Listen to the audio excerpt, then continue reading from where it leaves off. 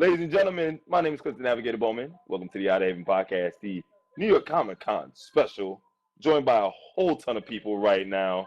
Let's see. That's pretty I'm heavy. joined The by people who left. I'm joined by C slash Gabriel Lemaine. Gabe, what's up? Hey, what's going on, guys? I'm also joined by Shadows, William Cock. What's up? Oh, sir. I'm joined by Carl Mace Smart. What's up, Mace? Why are you including me? Aren't we talking New York Comic Con? Yes, we I'm are. a bit too far away for that. Just a little bit. I'll just stand in my window with binoculars, man. I'll be fine. Yo, PAX Australia is coming up. We might talk about that. And almost joined by Holland Was that a Congress, Omega Nitro. Yo, what's going on? Was that a Comic-Con, Bowman? But whatever. And I'm also joined by Keith Shadow Haxton Mitchell. Keith, what's up? The ceiling's up. No, shit, Sherlock. I gotta be corny. And speaking of Sherlock, New York Comic Con. That's the thing. How did that even What did that have was, to do with that was Sherlock? Because BBC America was there, so yeah. Please stop. Oh, References. God. Anyways, That was as bad as TikTok Diner, yo. Ladies and gentlemen, the salt mines have started. The salt is real. The salt mine has started. We wouldn't have known. Right. We didn't get Anyway, it. screw that. Let's move on to something important. First off, I would like to. Whoa, relax. New York Comic Con was a thing that happened this past weekend, and we just want to talk about our peaks and valleys, what we liked and what we didn't like. All right, about New York Comic Con. stop the presses. So hold on. Let's start with what we liked, our peaks. Let's start with Will, because obviously he liked a lot about it. Go ahead, Will. All right, yo, hold on. Before you get into it, first off, what we're supposed to do, before anything else, we went to Comic-Con. We had a great time. We interviewed a lot of people, and a lot of people took times out of their day to come talk to us. So first off, Bowman, let's thank everybody who took time out of their day to, be on camera with us, take some pictures with us, interview with us, spend a few moments of our time so that we could talk to them. Thank you, everybody.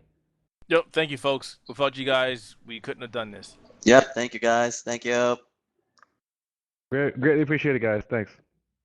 Yeah, thank you, everyone, for giving us the time to pick your brains and have a little fun with us. Now, Will. Thank you to people I've never met.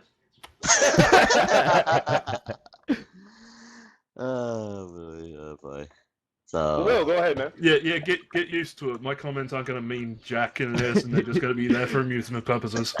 It's all right, Mace. We always love a peanut gallery. So let me go and share my thoughts of the Comic Con. Well, everything has been. I admit there's been some pretty good things. I mean, of course, I generally focus on everything that's on the eastern side. Comic books is like meh.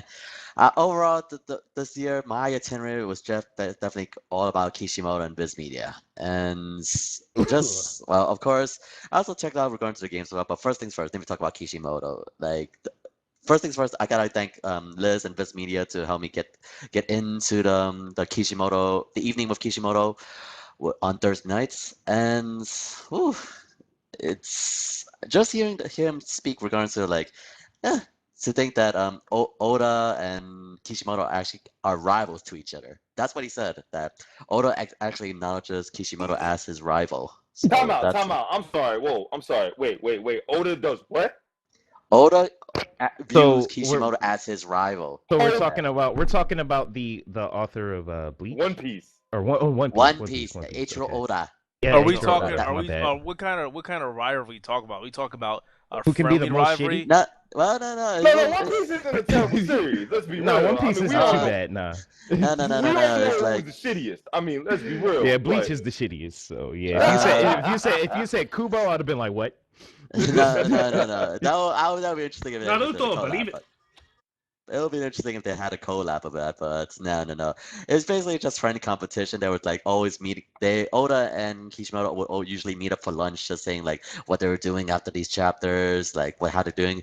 And once Kishimoto said that he's gonna be concluding the manga, it's it just gives Oda a little retrospective, maybe I should go and end the manga. But we know Oda's not gonna be ending He's not gonna anytime do soon. that. Not He anytime has a good soon. thing. He has a good thing going. Why screw that up?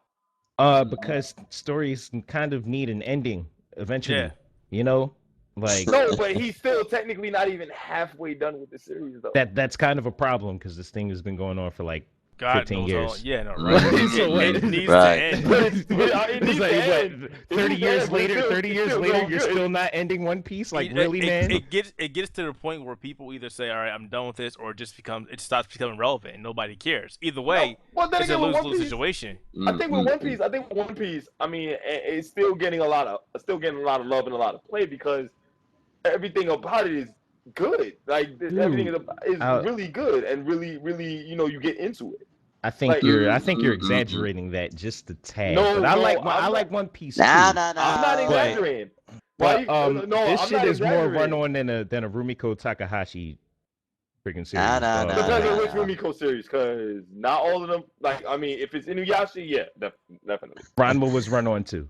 But anyway, But moving yeah, on. continuing, yeah, just continuing on, like, yeah, like the Thursday evening with Kishimoto is like he taught a lot, even had 2 on-site drawings of Naruto and Jiraiya, and then afterwards definitely did my second interview with the Outerhaven, which is with Ruby Cast again. So thanks a lot, Rooster T, Brad, thanks for setting up the interview with us. So thank you very much for that. Seeing Barbara, Lindsay, Carrie, Miles, and Grace. I just gotta say, like, expect good things for the Ruby Volume 3. That's happening at the end of October, which is on Sunday, the last Sunday of this month. So definitely expect Volume 3. It's Now it's you're gonna be good. talking. Did they say anything about the anime?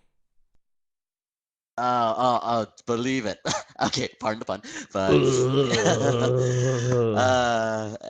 yeah, I actually spoke to them regarding to how they felt regarding to the first Japanese dubbing of the trailer, and oh my god, they were so hyped. I mean, heck, I was just weeping out in front of them just because I know the Japanese cast so well. So definitely check out the interview once it's posted up. So yes, Kishimoto, Rooster Teeth, and then overall I got to play a little bit of the games as well.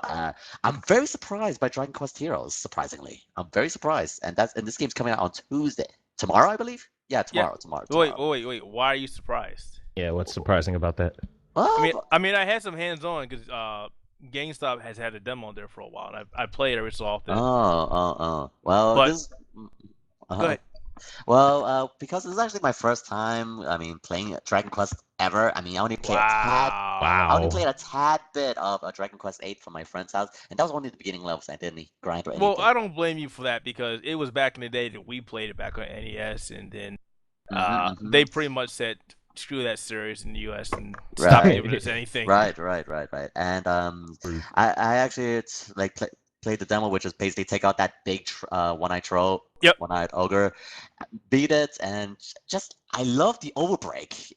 The limit break system. But that's Final Fantasy. But the super moves for each of the characters is like, holy crap, it's so beautiful, and it was fun. I was very surprised. It was so fun.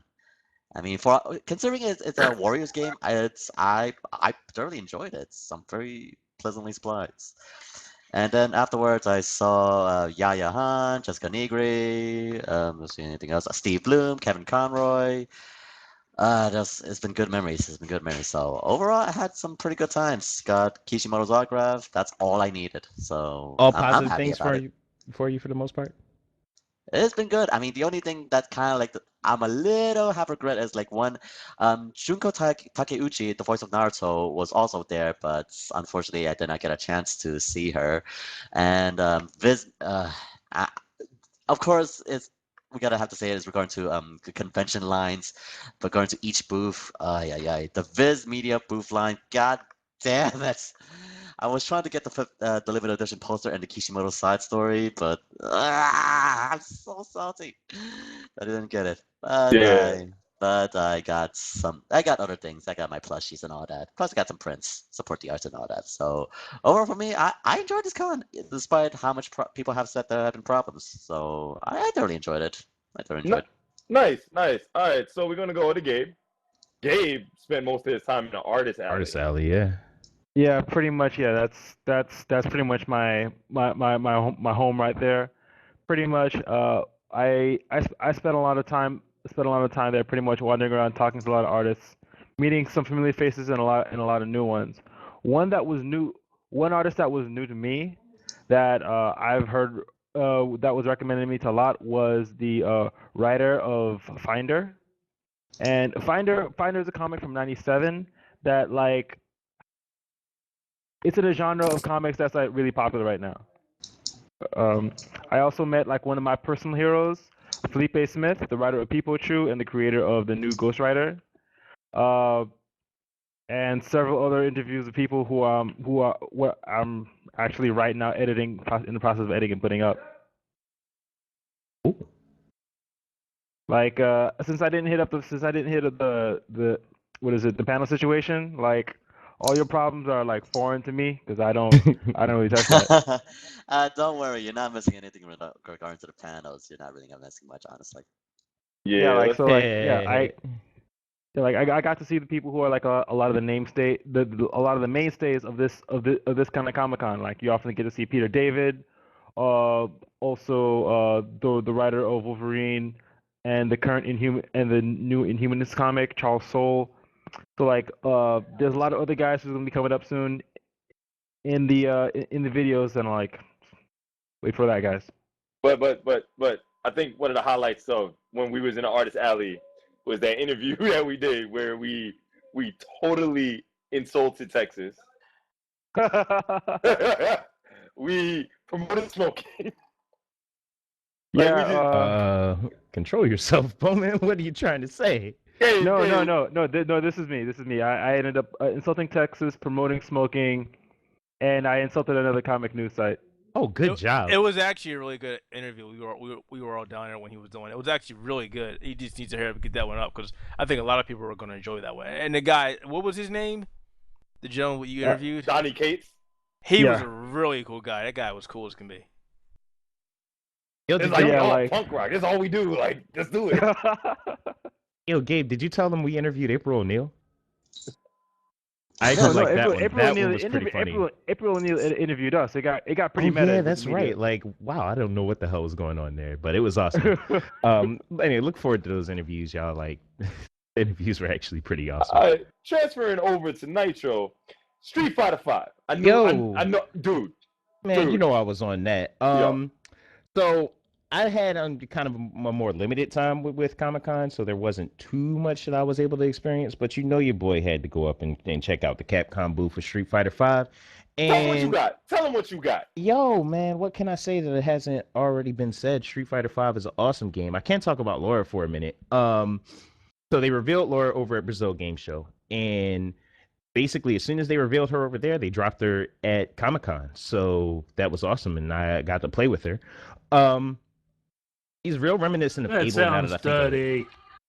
I was waiting for that. I mean, you know, I ain't gonna say nothing, but no, but in all honesty, I mean, me and you played a match. We played a match. It was Armika versus Laura, and Laura's a really, really great character in terms of the close-up game. Oh man, so Laura's a whole lot of fun. Once you get a knockdown, you basically she rubs her hair, whips up some static electricity, and throws this fireball that just stays there. And the amount of setups that you could do off of that are crazy. I didn't even hit you with most of them, Clint, because I felt sorry for you. But really, so you can do that. She has her kind of dash elbow move, and I like how they really have this this character design kind of philosophy with Street Fighter V, where instead of all of the different kinds of moves that have different applications and utility that are in other Street Fighter games like Street Fighter 4. So for example, Abel, where he had his change of direction, which was quarter circle forward punch, which led into all its different kinds of follow-ups, and then he had his one anti-air special move, Fallen Sky. Well, instead they seem to like, especially with the new characters, seem to like combining that into one move, just with the different strengths. So her combo version of her elbow is done with light punch, but that doesn't lead to any follow-ups. Then the medium one is a little harder to combo, but that leads into like kind of a contact grab type of follow-up, which allows you to get setups off of it. And then the heavy ones are anti-airs. So just with that one move, she's almost a complete character by herself. Oh yeah. But Then she has two other moves. She has a command grab, and then she has a fireball. So she's actually really simple, and she was surprisingly simpler than I thought that she was going to be. But no, I think it's more what you're looking for. She's deceptively simple. There's a deception about that. Okay. And I feel like there's a deception of how simple she is. Well, it was more like I was watching video, just to clarify entirely, I was watching videos of her and she was doing all of this crazy shit, and I was like, wow, like she must be kind of complicated. And then I actually looked at her move list and was like, holy shit, she only has 3 moves. And so again, deceptive simplicity. And then she has her V skill, which is the little overhead wheel kick that I thought was like some capoeira stuff, but it's really more like she's like Abel. She really is. Like, I have to admit. And so I kind of don't think that Abel is going to be back in Street Fighter for a while unless they completely revamp the character. But it wasn't all about Laura. I also got to try out Karen a little earlier than the beta. Yes, my baby. And she's awesome. I'm not going to say too much about her because I'll just kick your ass in the beta with her. So if you want to find out about Karen, come and find me. But yeah, I am a little salty because they had tournaments and I'm pretty good at this game and it didn't pick me. So yeah, I missed out on my chance to get a PS4. But we did talk to Matt Dahlgren and kind of picked his brain a little bit on Capcom and their direction for Street Fighter V and what you can be looking forward to in the future. So, but yeah, definitely, guys, keep your eyes out for that. Street Fighter V is an awesome game. I can't wait to play more of it. Can't wait to get more opportunities with it. Oh, also, I bought a Udon comic. Shout outs to them. And what else? And what else? Huh? Oh! You want you want the real prize? Okay, so. Let me talk about the Udon comic first, man. The Udon comic, Super Street Fighter Volume 1. They had Volume 2, but I didn't want to blow my cash on that because the other thing that I got, shout outs to, what the hell? Oh, Kotobukiya? Yeah. Yeah. We got the special limited edition New York Comic Con 2015 exclusive Sakura in her alternate 1 outfit. Color 10, the straight PE outfit without reused gi over top of it. Yeah. This thing's so fucking beautiful, yo. And on top of that, on top of that, they put me in the VIP line when they were doing the Ono sign-ins because I've seen Ono before quite a few times because I've been to so many events and cons and stuff at this point. So I wasn't in a rush to get his signature. But they saw that I had the Sakura statue, and they were like, oh, you want that signed? VIP line. And it was like me and one other lady who just walked right up to him, and I got him to sign the base and the box. So, yeah, this is a great collectible. And nice. Yeah, I'm so glad to have that. It was probably one of the biggest highlights for me at New York Comic Con. I checked out Artist Alley with Gabe, too, just to round it out. And that was cool, but there's really not much more that I can say that he hasn't said already. And got to play a few games, especially those from like Bandai Namco, and I got to try out the Yu-Gi-Oh game, which was how was it? Which was kind of funny, actually. It was near the end of my time there, but the one for PS4 allows you to take customized decks and try to reenact the win conditions from various episodes of the show. Oh yeah, Legacy of the Duelist, I think it was called. Yeah, and that should be out now. They said it was out now for $20. No, it was already out. Yeah, it's out now for like $20, and you can unlock everything in it while playing the game. But it was pretty cool just trying to because I was playing it and there was dudes next to me and we were all just saying like random lines from the show when we got certain stuff. So like when I was about to draw Exodia, my deck has no pathetic cards, Kaiba, but it does have this. The unstoppable. Like it was great. And the one dude next to me was doing lines from Yu-Gi-Oh! GX. It was hilarious. So yeah, that might just be a Comic-Con only thing. But if you like Yu-Gi Mans, pick that up. Shouts out to Konami for that. I mean, Konami, you suck, but you still got Yu-Gi-Oh. Only one of Yu-Gi-Oh. Yes. But you still got Yu-Gi-Oh. When you get a chance to play Tales of the Story, I want to hear a little bit about that. I know we got the impressions video, but I want to hear just a little bit. Oh my god, you want to hear more about that? I love Tales.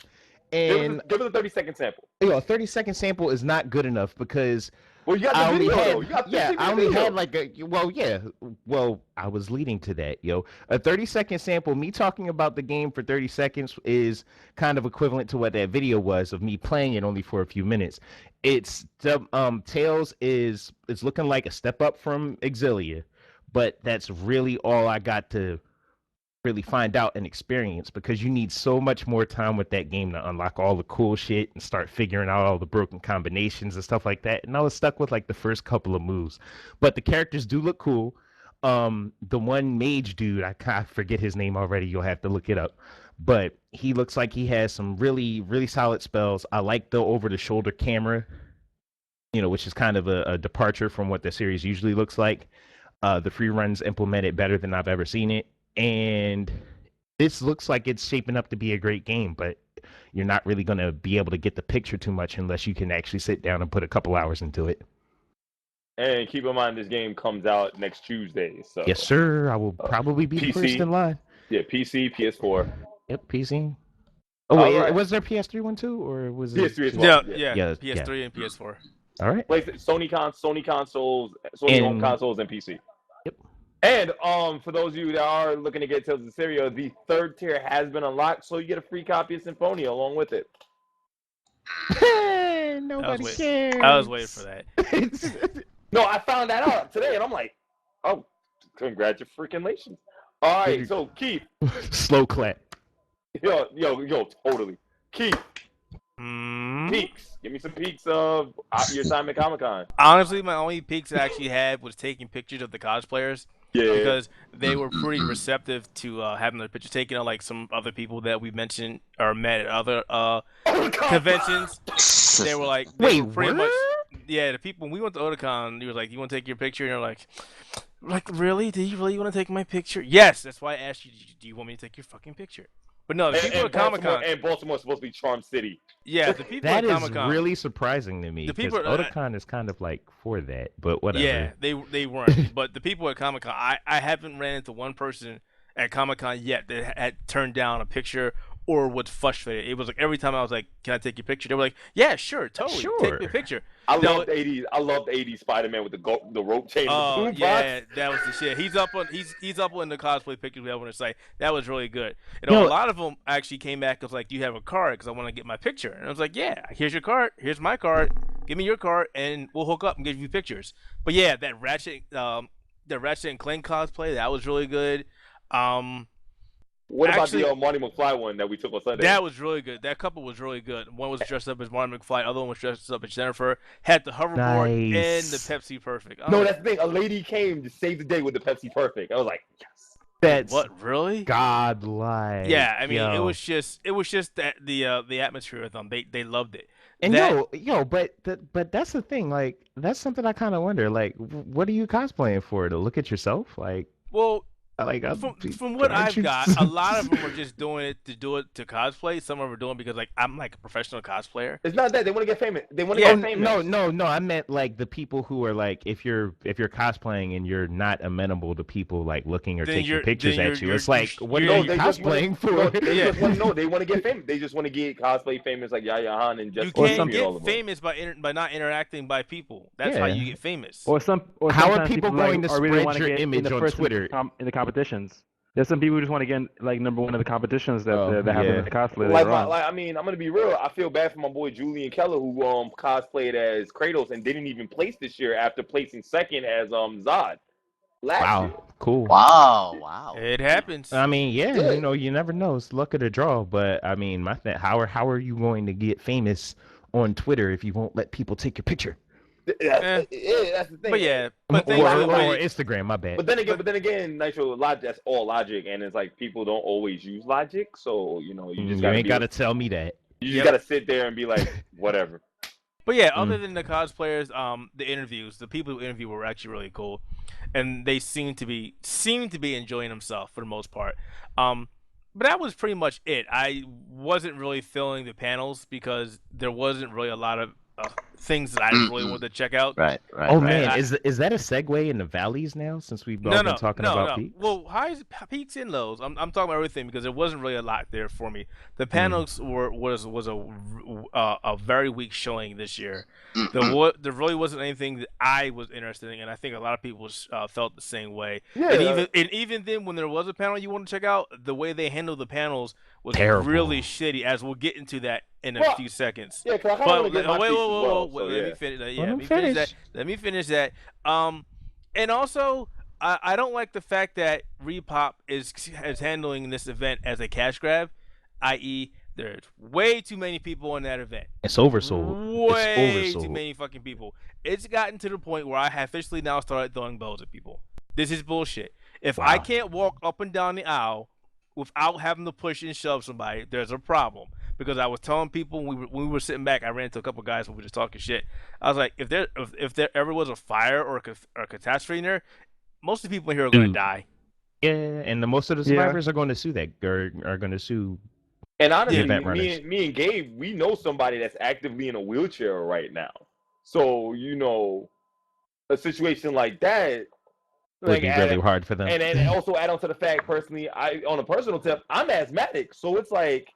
A situation like that. Let's say I'm caught underneath a few people. Thank God you're not claustrophobic too. And it's not even just that. It's not even just that. It's also the fact, you're so tightly packed with all these people. So now, if you didn't have issues with people that weren't showering and not putting deodorant on, you definitely had it then. God. People just rubbing up on you. Like, damn, really? Fucking move. Liz was the best for this, son. Yo, man. Liz was throwing so much shade. Yo, keep your mask and your hand sanitizer and some Axe spray or something on deck, cause my God. Yeah, true. She was throwing the meanest amount of shade, son. Oh man, that was funny. All right, so we're moving on to the lows, right? Well, let's get to the. I still have my peaks. I mean, you're right. Let's go, Bowman. I think one of my biggest peaks was actually getting into the Sailor Moon panel and really finding out some new information. A lot of the information we found out was from Otakon, so we knew half of this stuff. But getting a chance to see the fourth episode of Crystal dubbed, was really, really cool and everything. And also talking to is the dub even decent? Yeah, it actually really is. It is. It's pretty decent. And then also, I got the chance to, be on Moonlight Memories, the DVD extras, talking to Charlene Ingram, doing an interview with her and actually talking to her about a lot of different stuff about Sailor Moon and what's coming up. I mean, nobody understands how much of a passionate Sailor Moon fan and how sweet of a woman she is. Like, Charlene Ingram is a really, really sweet woman when it comes to everything, just so open about everything. And Liz got an interview with her too, didn't she? I was there for that, yeah. Yeah, so we gotta get that up too. Yeah, and then also, getting to talk to Xavier Lim from Bluefin, Tanya from Bandai, chilling out with Jake from PDP, Jake, that guy's macho, macho about everything. We got some stuff that we're coming your way for reviews, so stay tuned for that as well from PDP. But I think just being able to hang out with the Outerhaven crew is a really big thing. It actually mellowed me out that whole weekend because that Friday I was annoyed to all hell. I was annoyed to all hell on that Friday. Dude, you're always annoyed to all hell. Not gonna lie, Saturday night just made it worse. Yeah. Oh man, Saturday night made it worse for me too. Speaking of Saturday night, let's get into our valleys. Keith? What? Okay. The Street Fighter 5 panel? I think that was a low point for everybody who was or the handling of the panel. Between myself, Ultimizer, Keith, Little Evil, and all of us just sitting outside just looking at all the bullshit that's going on with the panel. Man, I'm glad you guys acted as the vanguard because I would have been down there salty as shit. I think really what they should have did is all right, since you're going into a Street Fighter panel, you got to know some little bit about Street Fighter. You have to answer a question about Street Fighter. Nothing stupid. Nothing basic. A little much. You need to know something about it. Because honestly, I didn't like... Most of us were sitting out there like, these cats do not think they know anything about Street Fighter. But yet, they're going into this fucking panel. But here's the thing. Now, here's how they handle it. That room that room they never emptied out. So people were camping out from the All That panel for Street Fighter and the Cartoon Network costume contest, and then like the Cartoon Network costume contest, they had 2 separate lines. They had a separate line for that, but they wouldn't let anybody from the Cartoon Network costume contest step out of the line. And that was retarded. It's like they're not even here for this. Why let them out the line? No, if you're in this line, you can't get out. He's not here for the panel. Why can't he get out? Why can't he get out? Yeah, that is the dumbest thing that I've ever heard for any of these type of events, because you can run the same kind of strategy at Otakon when I went, like, well, not this year, but like last year. I went last year, and it was like, if you want to see a panel, then a good strategy is to go to the panel before that, because then you can just, you can cop a seat, and they're not going to clear that out. But still, if they're going to play it lax like that, they should play it lax like that for the entire thing, where people can come and go out of the line as they please. But if they're going to have those stringent kinds of, oh, you have to stay in the line if you're in the panel lineup and you got to stay there, then they need to be kicking everybody else out the room, unless they're staying for unless they're there for, That's the thing. Like, and that was like one of the only rooms. There was only 2 rooms that they weren't emptying out. Every other room they were emptying out, and they were literally running the panels right back to back. So while you see, Kel and them all talking for the All That panel, you see Capcom guys just running in there setting up Street Fighter. Trying to set up. That's terrible. Yeah. Like they weren't even done with the panel, and like they're going in there setting up Street Fighter. So it empties out, but there's still a bunch of people in the room. People cutting the line in front of staff members and all that stuff like that. Don't even get me started about that shit. Yo, and there's a shorty that cut the line right in front of everybody, sitting right at the end of the thing, right by the door, keep looking back, because me and Keith call her and shit. No, it wasn't. Clinton, don't you have a little bit of inside knowledge about how some of those situations came to be? What do you mean? We have a contact from who was one of the volunteers who. Yeah, that's right. Yeah, and he told us a little bit of that. Pretty much, some of the staff were from other cons that are like not as big as ours, and they weren't able to handle the type of the different dynamic that is New York Comic Con. What you mean? No, foot traffic? No, fuck that. I don't believe. Okay, well, I'll put it this way. We'll take the Street Fighter V panel as an example. Okay, say they were from other cons. Okay, fine. When multiple people, i.e., more than 2, point out that this person cut in line, this person cut in line, and this person cut in line, and you don't do anything about it? You say you're going to do something about it, and you don't do shit, there's a problem. That's a problem. Yes, sir. You have the authority to say, you need to get out. You were called, you were cut, get the hell out. Right, yeah. And the first person, the guy with the brown jacket, the cut in line, the person was right there. And he dipped under the line when the person was right there. It's like, how did you not see him? Wow.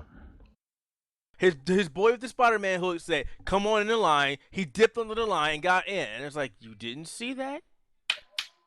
Wow. And then the other guy did the same thing further back. The dude in the all red. He did the same thing. It's like, the lady next to us, the elderly lady who was next to her looking for her daughter, she saw him. So it's like, if she saw him, then you didn't see him, then there's a problem here.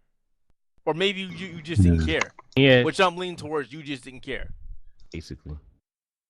They didn't want any static. They probably didn't want to say anything to the person, so they just let it go. Then you shouldn't have been staff. Then you shouldn't have been down there. I agree. So, like, I'm not, and that thing is upset. And I'm telling you, like, mad enough for the FGC, just New York City FGC, just looking at it like, really? Yo, speaking of FGC, can we get into like, are we like still doing panels, or can we move on to the other valleys and like low points of the con? We can still move to other valleys and low points. All right, man. Shout outs to Capcom for like having tournaments and whatnot where you giving away PS4s. But if you got 16, with limited edition faceplates. But if you got a slot for 16 people in a double elimination tournament, and like everybody got their hands up, why would you pick L.I. Joe when you already saw that boy at E3 and already gave this man a PS4 with a Street Fighter V faceplate, and you picked him as one of the 16 people to get in there? Like, you know exactly why L.I. Joe. You know exactly why L.I. Joe got back in there. I love a PS4 for his tournaments. All right, hold on. First off, probably not. But secondly. like I love Joe, and I don't knock his hustle at all. Like I definitely respect that, but that is like, but on Capcom's side, it's like, come on, man, really? You over here picking out people at random, and you pick Joe anyway, even though you already know this boy won one of your PS4s already. That's kind of drawing. Like me and Poem are over there, like with our hands up, like, yo, pick me, let me in the tournament, whatever. They letting some randoms in, they letting some people from the FGC in, and yeah. Are you suggesting Capcom collusion? No, because when we got I'm saying that, yo, it's Matt Dahlgren picking names. Yeah, but Nitro, when and I know he know who L.I. Joe is, and I know, and he's the one who gave him the PS4 before. But Nitro, when we walked in, the tournament was just about over, and Defeatly just won one.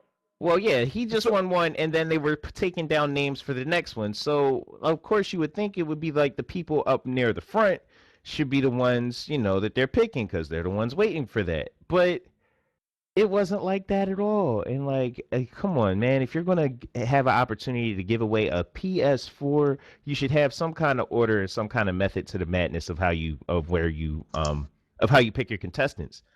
But, you know, like the New York FGC just walked away with all of the PS4s. All the PS4s. But, like, you know, Little Evil, Dang, who else? Defeatly. But, you know, Joe, that's like, not all a low, that, like, it's crazy. That's it's not crazy. a low point, though. It's so not a low point. I'm proud of that. I'm proud of that. But that, so you know? I'm not really focusing on that. But it's just that there was, like, it was madness. Like, it was a literal madhouse over there at the Capcom booth. And one of the problems with that, one of the reasons for that is because they oversold the event. You know, I think a big theme of many of the of my low points for this con was that there's just too many fucking people here. Yes. Yes, way yes. too many True, people. true, very true. Saturday very was true. bad, and then Sunday, oh god. Like Thursday, Sunday no, guys. wasn't too bad. Thursday was like uncomfortably huge. Whereas like surprisingly, it was much more. Yes, yes. There was a lot of people on Thursday. I like straight up. Dude, I don't think any day is probably gonna beat Saturday. But you know, Saturday usually being the biggest. Well, you expect Saturday to be the event. biggest. You expect that, but no, seriously, I was not expecting Sunday to be as packed as it was. I mean, I was there every day other than Thursday, and I felt that Sunday was worse than Saturday and Friday. Really? Yeah. Well, yeah, especially since the con's ending at like 5 as opposed to 7. I mean, you go also remember kids got in free there, so it was also the added the kid passes. Yeah, you're like, I hope I don't hit this kid in his head. Oh my somebody God, knock this kid on his ass. And then all these parents are bringing in these big ass strollers, even though they say don't bring in these big ass strollers. Don't bring no strollers. Don't bring. But they're there on the floor. Yeah, it's so whack, man. Like I almost barreled into so many people, and then I'm behind people moving at a freaking snail's pace and can't move because every freaking hallway was congested as hell. The lines were damn near out the freaking door don't even play go by stuff. Or worst case, someone decides to have an impromptu photo session with the cosplayer. Well, no, no, some that's, of them I understand that's okay. That's okay. Yeah, and you move to the side and whatever. But, my problem was when there's more than enough for you to have 2 single file lines going, there's like 5 people coming one way and 1 lane going the other way, and people don't want to freaking move. People stopping to take pictures is understandable, but when you got everybody moving in opposite directions and nobody's trying to give anything, there's a problem. And then even still, when you go to areas where they were streaming shit, like that one section, you did not go over there because you knew if you went over there you were stuck. Yeah, this is true. If you were over near a Capcom booth, you were freaking stuck. Like there was just too many people trying to check this out. And plus, it was right at the entrance. And plus, it's right at the entrance as well, if I remember as well. Yeah, I mean, right at the entrance. Yeah, it was. But I mean, its location being one thing. My thing is, you can't have that many overpacked people and then not have some kind of way to maintain and keep things orderly around here. Like it's just not going to work. Other low points is the fact that there really was not much at this con. Like we've talked up a lot of decent points, but within this last 40, 50 minutes or however long we've been talking about it, I know low point. That's really been all that has been there. What's up? If it wasn't for Street Fighter 5, like I would have practically wasted my time. Like I would have went up there to play Yu-Gi-Oh. Food is still super ridiculously out super expensive. How like much did we seriously? spend on a Snapple? Oh my god, it was like $4 on a freaking Snapple, $3.85 on a bottle of water. And this this is is where they, at the event, right? and Yeah. this is how they Okay. jack you because they know you're gonna want something to eat or drink. They know it. And they're Of like, course, fuck man. this. They want Especially, your money. especially if And you're not you from the know- city. Oh. Especially if you're not from the city. And If you you're from know the for a city, you know to fact- walk the hell out. Like, And you know for a fact they knew they had you because everybody in the area, everybody in that venue had the same pricing. So it was like, you know what? They're not even dictating this. Yeah. This is Repop dictating this shit. It's not course. dumb. It's Repop. Yeah, because they're not No, they're not no, set I up to think- I actually don't think it's- compete I don't with think each it's other. I don't think No, it's Repop. I think it's the Javits Center doing that. It Like, was somebody it was organizing somebody- that shit, some 'cause that was administration. bad. Yeah. No, and because if you're from the city, you know you walk right out the place, go get something to eat, and come right back.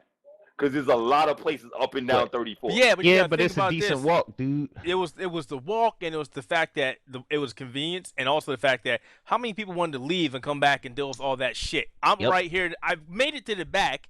Now I gotta leave and then fight my way back to the back. Through the sea of people. Yeah, it's like an equivalent of about like a 4-block walk to get from inside the inside the center to get To outside to the outside. nearest store. And but it's not Also- a 4-block. also- It's not a also 4-block it's worse. walk. No, that's a long It's worse block, if though.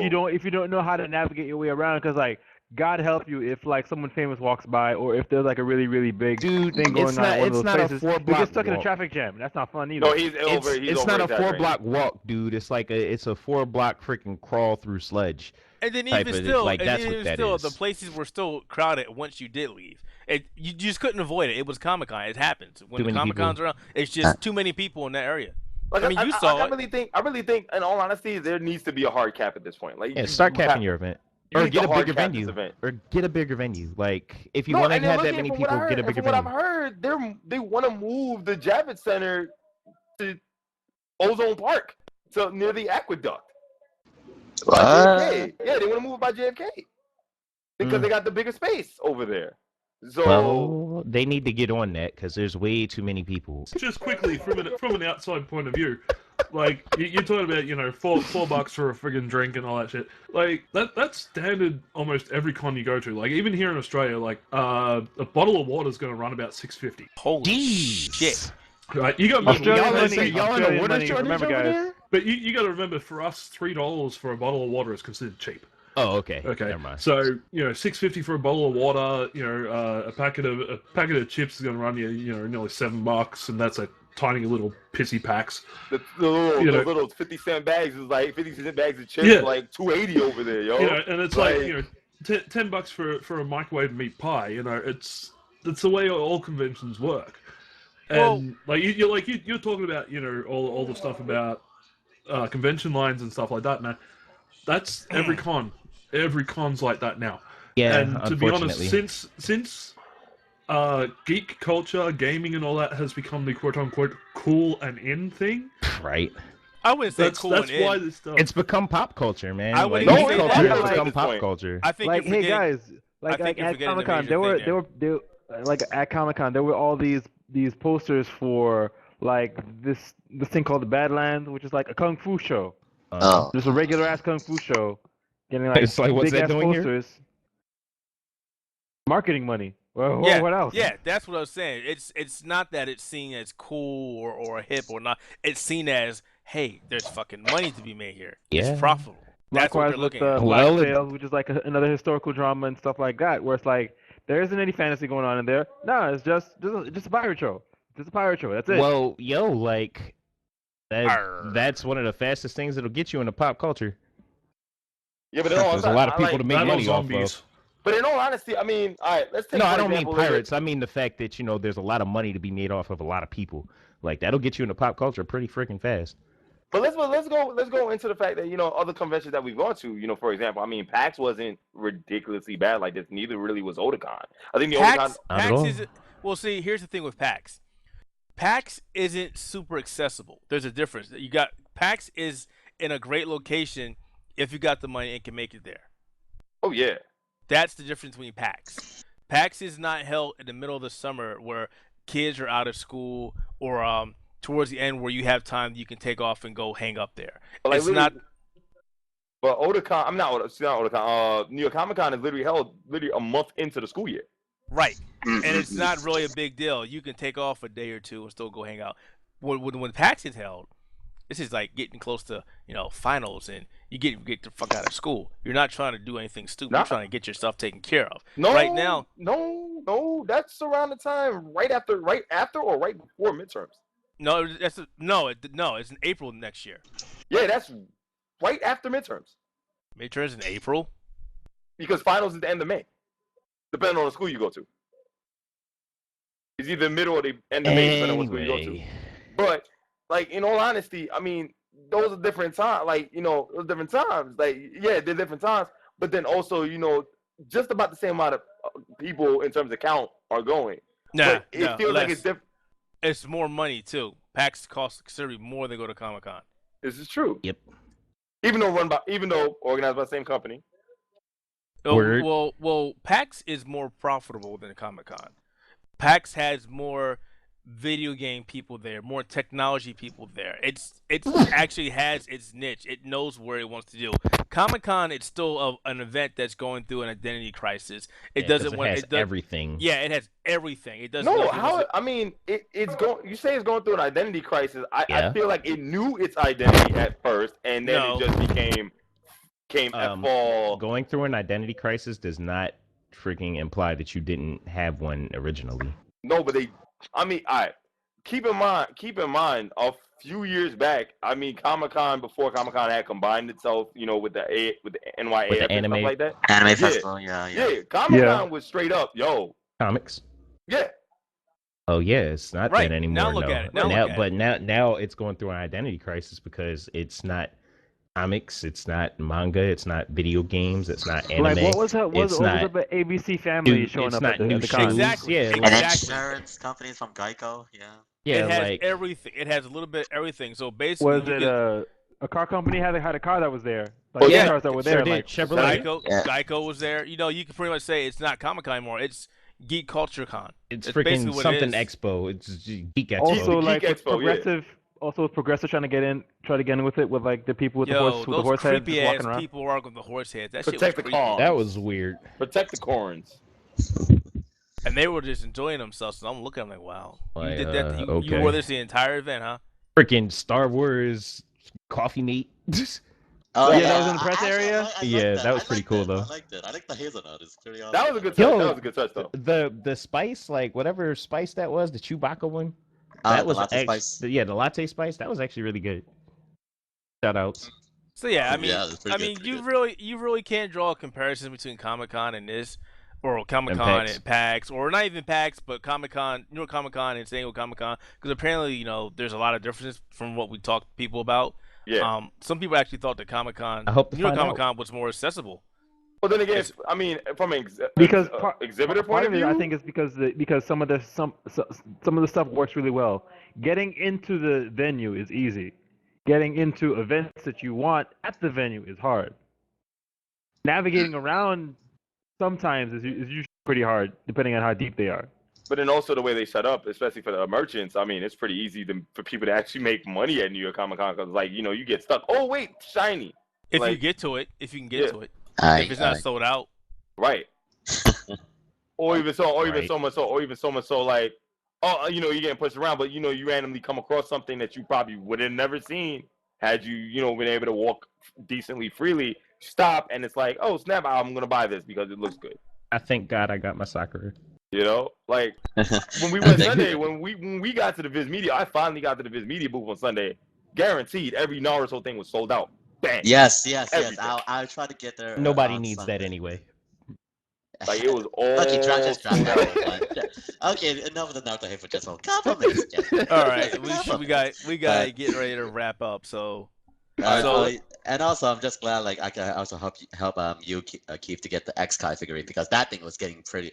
Yeah, I actually was talking to some people as well when I was waiting up in front of the line in the early wee hours of the morning. I was also discussing how people exhibitors themselves also want to get the figurines as well. So that's when I see people were complaining since that exhibitors actually were lining up for these exclusive figurines, pop videos, and all that. They shouldn't have been doing that. Worse. They should have not been doing that. If that was the case, they should have reported them. Repop stated in their releases that exhibitors are not allowed to line up for anything until Sunday. So if they were doing it before then, they should have been reported. Because but once that would be like having some order and shit at Comic-Con. Order, holy shit! That's not gonna happen. Order, that's the concept. Yeah, I guess pretty much like this is all flows from like pretty much just them having too many people at this event. Yeah, overbooking to be able to the manage event, them man. effectively. Overbooking the event, man. I mean, I'm grateful they allowed us to come out, you know, and do it fresh. Appreciate it. You know what? Or you know what? I'll wait. I do have one bone to pick. I have one very important bone to pick. But you're gonna wait? Yeah, this is the final thought for me. Okay. And other than that, like there's so many people and not a whole lot of content there. So anyways, speaking of final thoughts, so let's start with Nitro. Final thoughts? Street Fighter 5 is awesome. Matt Dahlgren, you're awesome. Thanks for interviewing me. And but you still suck for not picking me for the tournament. I'm gonna hold a little gripe about that. New York Comic Con, you have entirely too many people at your event, and like your security staff is either not doing their job or entirely too crappy trying to kick people out before the place actually closes. So move to a bigger venue, please. Gabe? Pretty much on my end, like the same problems they had with the panels is a lot of the reason why I kind of stayed away. I generally just kept in my artist alley and talked with my comic people.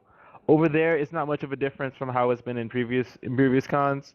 It's all about the people that show up there, and given that the artist alley is different from the regular venue, where the aisles are very wide and you're much more able to move around freely as opposed to the clusterfuck that is the regular show floor. So yeah, I'm alright as it is. That's what, Gabe. That it's a plus and a negative. They weren't giving artist alley the love it needed. It deserved. Yeah, it was over in the corner somewhere. There were a lot of top tier talent in that place. Oh, I've seen a lot of right. Like Dan Tano was right across. Yeah, because effectively the artist alley is effectively its own convention within Comic-Con. Yeah. Because like they're separate from everything else, but a part of me feels like I kind of like that because I'm able to have conversations much like we have with each other, with the people that make the stuff that you like. If it happened on the show floor, it'd be really hard because they'd be fighting for attention with Marvel's mega booth, Capcom's tournaments. But in all honesty, I'll tell you straight up. I mean, a lot of the show floor is, people, and Keith loves to say this. I gotta quote him on this one.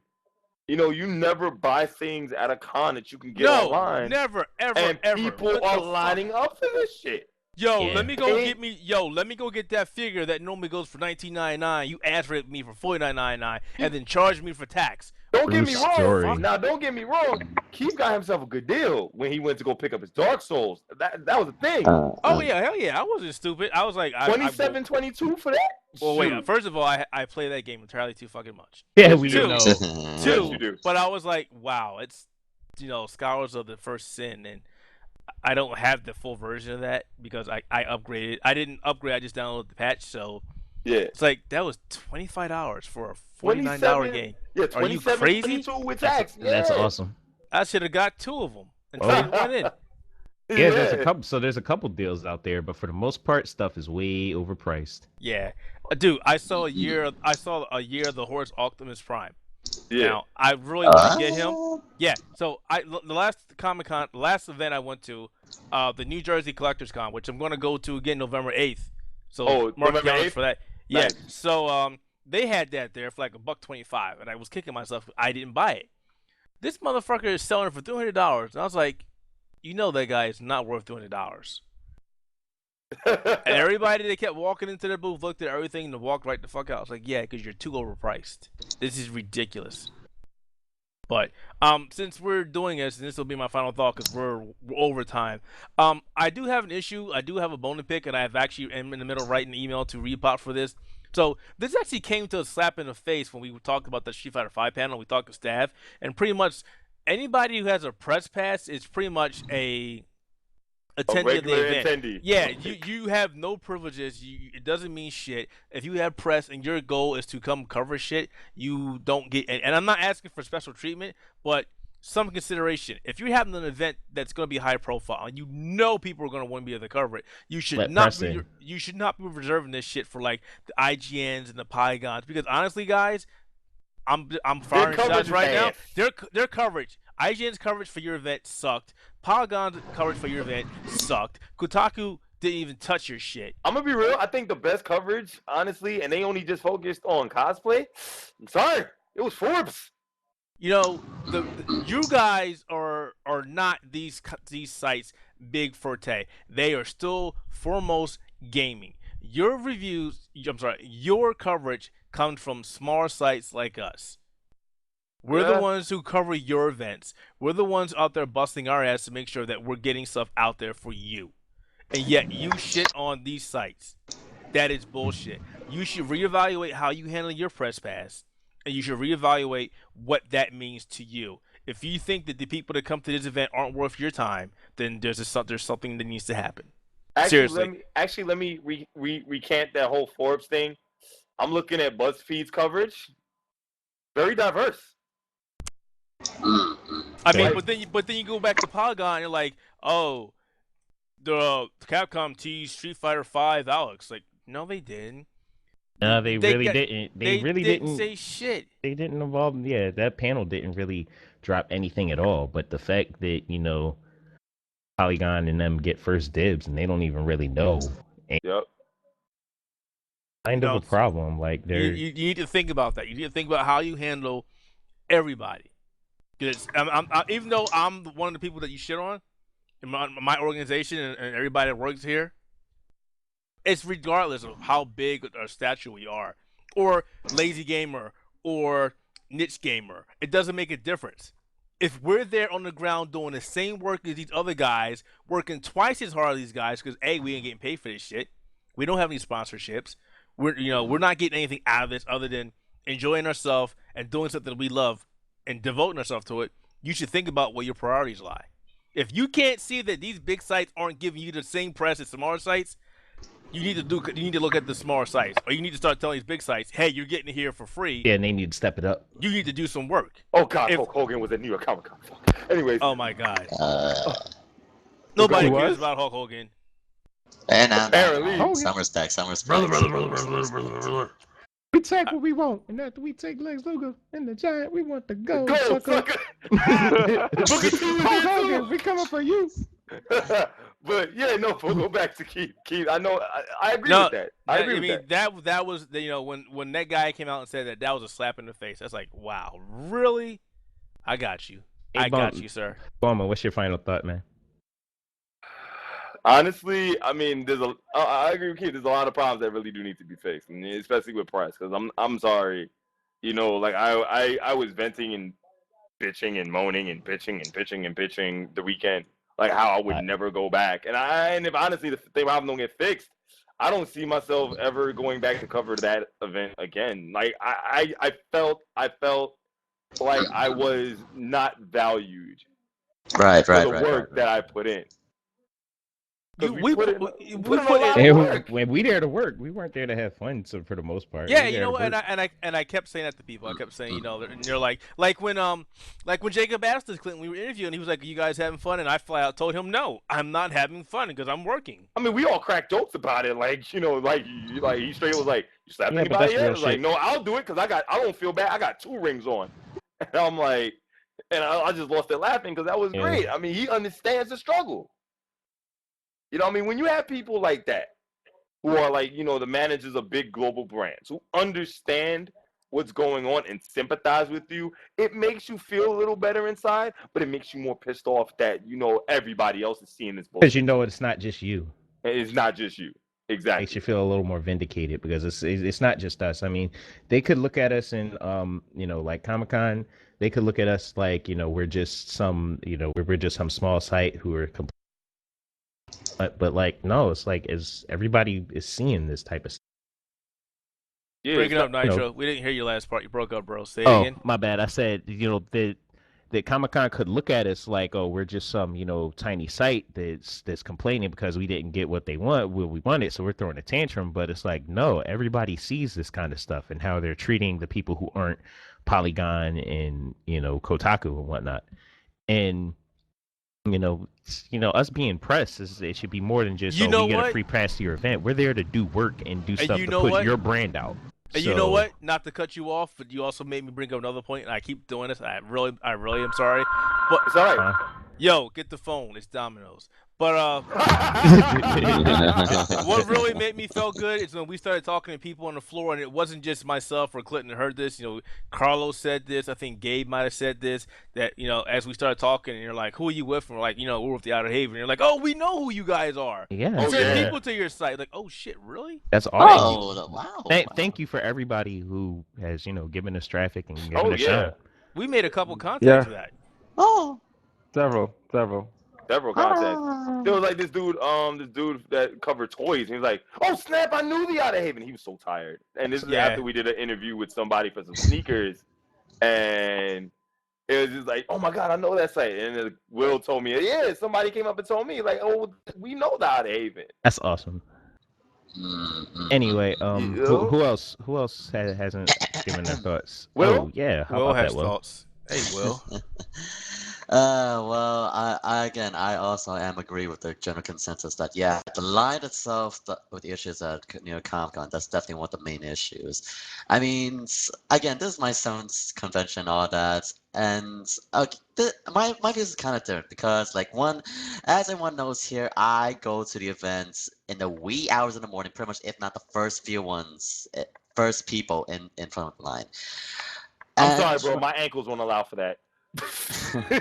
Suck up that pain, man. Suck up that pain. That's what I was doing. From what, and this is just my personal opinion. It's just like, because the things, like, the line is definitely a lot. There's a lot of factors, but there's also just another thing you have to contribute as well. It's like, it's also, I told this to every people I talk to regarding to, like, if you want the exclusives, is one, it's really about how much you plan to sacrifice for it, because, like, are you planning to sacrifice 2, even 3 hours for that? Because that's kind of like what my mentality is, because with Kishimoto's autograph, that thing was a once in a lifetime blue moon, as with any other exclusive, and you know that when it's New Comic-Con, everybody is crazy. We're insane.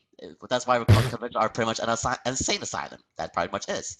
And heck, when I saw one for Kishimoto's, okay. And with Kishimoto's autograph, if you remember back during that Saturday, it was raining. I was so paranoid. I went in through the rain just to make sure that there was no line. There was a line already being made up in front of there already, and it was like 6 o'clock, 5 o'clock in the rain. Damn. I mean, thankfully the security guards let us in, but then, like, some people were getting real salty because, like, people were making lines before the 10 o'clock time period. And well, that happens at anything. I mean, yes, and that's one thing that's definitely one major concern regarding to it. Is like, you see these people cutting, people getting very salty, like not getting what they want. I mean, I understand where they come from, and plus they have to keep the rules and all that, but it just seems there has to be some way to be regulated. But, like, that's just my managed complaint. But over from that, my overall final thoughts is, like, one, thank you, Masashi Kishimoto, arigatou gozaimashita, for the autograph. I mean, it's great meeting you. Plus, I'm grateful you understand my Japanese. And of course, a big thank you to the Rooster Teeth, Brad Johnson, PR of Rooster Teeth, to getting me the interview for Ruby, Barbara Dunkelman, Lindsay Jones, Miles Carey, Miles Luna, Kerry Shawcross, and Gray Haddock of the Ruby team. I thank you for your patience for the interview, even though when my phone kind of rang up because of a certain captain was trying to call me, which I forgot to turn my phone off vibrate. Yeah, we were trying to get you. But overall, like, thank you for the patience, and I really cannot wait for Ruby Volume 3. So once again, thank you so much for the memories and my second interview for the Outerhaven. So again, thank you very much. Right. Great memories. Indeed. So that's the end of our New York Comic-Con special podcast, ladies and gentlemen. Well, I don't get a final thought. I mean, yo, how about that? Where's your final thought? Wait, Coleman, can I finish? Can I finish? Man, you weren't gonna say nothing. You weren't gonna say nothing. Can I finish? You weren't gonna say it. But before we go, there is another convention coming up, and we're going to be having coverage of that. It's going to be a one-man show this time around. Rhode Island. PAX Australia. Mace. Oh. Talk about that for a minute. Yeah, A few end of October, the Melbourne Exhibition Centre next to Crown Casino, for any Australians who might be listening. I will probably have the Wyatt WWE sheep mask on me and viewable at some point, because that's how most people know me. So, keep an eye out for that if you want to come up and say hello. I do have a few companies running up to me at the moment going, come check out our game. So I'll be doing that at some point. The other thing, though, I will say, like, hearing all of y'all going on about, oh, I have to line up for this, oh, I had to pay tax on that. At least you got a chance to get this shit, motherfucker, at the proper price that they pay at the conventions, instead of, like, looking on eBay and getting scalped for 6 times the price. Yo, fuck man. all of y'all's middle fingers all around the room. Well, we don't live in Australia, so like you just gotta hold that. Sorry, Mies. Yeah, doesn't Australia have like doesn't Australia have that thing where like all the games get marked up even if they're digitally released for like triple the price? That's what we're talking about. And hey, man, we still have that same problem with people buying shit and putting on eBay. Don't even get me started on that Black Series Captain Plasma or Phasma and other shit. Or New York Comic Con passes in themselves in general. Yeah, we got it. We still got it. I'm not gonna lie, Sunday the scalping was real. Oh yeah. Oh yeah. Dude, I walked out that 7 train. All right, yo. It's crazy. But yeah, PAX Australia. So far I'm looking at the panels, and I think I've counted the word diversity or diverse at least 18 times. There were 15 diversity panels at New York Comic Con. Like, yeah, and it's looking the same type of thing at PAX. Everything's all diversity based this year, so we'll have to talk about that some other time. We can mix it up next time, because I talked to some people about some of the diversity stuff. I brought that up in one of the collectives that I had was like a majority African American group.